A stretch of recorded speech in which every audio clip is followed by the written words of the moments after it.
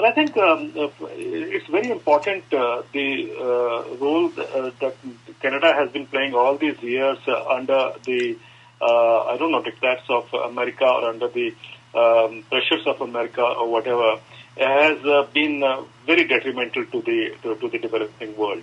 And the Canadian governments, successive governments, have played into the hands of the American industry and have been singing whatever they have been asked to sing. Now, that is very unfortunate, but I also am aware that the people of Canada are very careful and are very skeptical about what is being doled out to them. And I'm sure when people like Shiv Chopra and, they are distinguished whistleblowers and scientists and,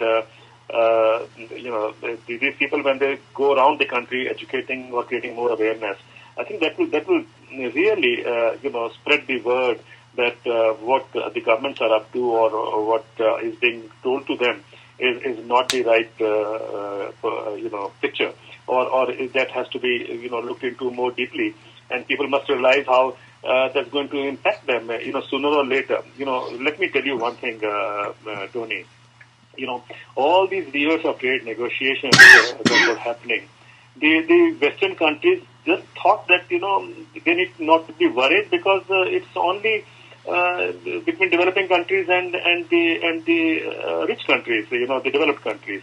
But today, whatever was happening with the rich countries or the developing countries and their negotiations, in those negotiations, we know how we were,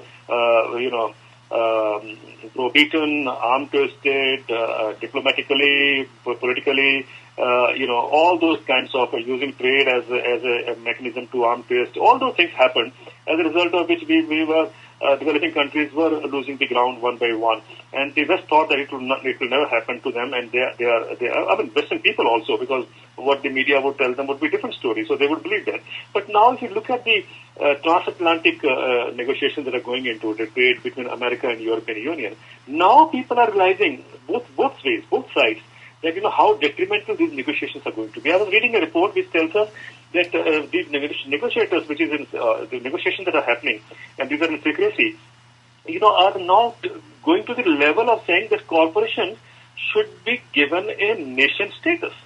So, which means tomorrow the Cargill chairperson or the Monsanto chairperson, if he comes to Canada from America, you will have to, roll out a red carpet and maybe give him a 20-gun salute and also give him a guard of honor. Now, where are we heading towards? Where are we heading towards? I think we need to understand, if this is the kind of, oligoparchy or whatever they call, or corporatization of the world, or somebody says corporatocracy, whatever, but look at where we are heading towards. Oh my God, if we have to treat these corporate heads as national heads and provide them a nation status, I think the entire world needs to now sit back and think.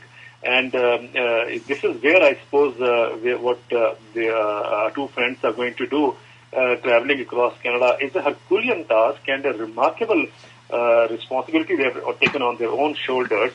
But I think let's not be discouraged, because financial support is, of course, coming in later.